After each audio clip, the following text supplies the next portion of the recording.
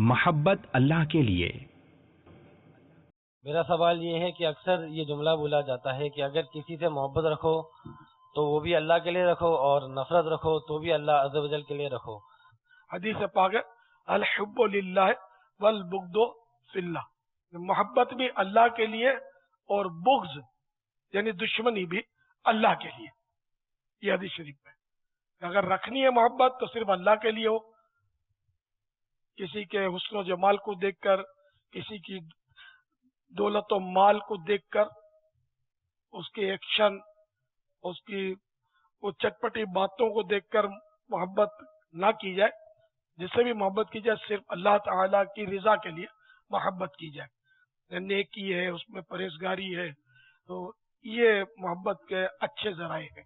مگر آج کل نیکوں سے، نمازوں کی باتیں، نیکی کی دعوت دینے والوں سے ایک تعداد لوگوں کی کتراتی ہے، یہ ان کی بدنصیبی ہے۔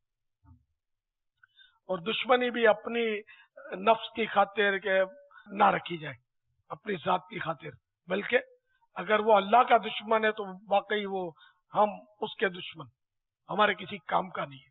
جو اللہ اور رسول کا دشمن ہو، ان کا بے ادب و گستاخ ہو، تو ہمارے کس کام کا ہے؟ ہماری اس سے کیا دوستی، ہمارا کیا لینا دینا اس سے؟ ہماری دوستی بھی اللہ کے لیے، ہماری دشمنی بھی اللہ کے لیے۔ صلو علی الحبیب صلی اللہ تعالی علی محمد۔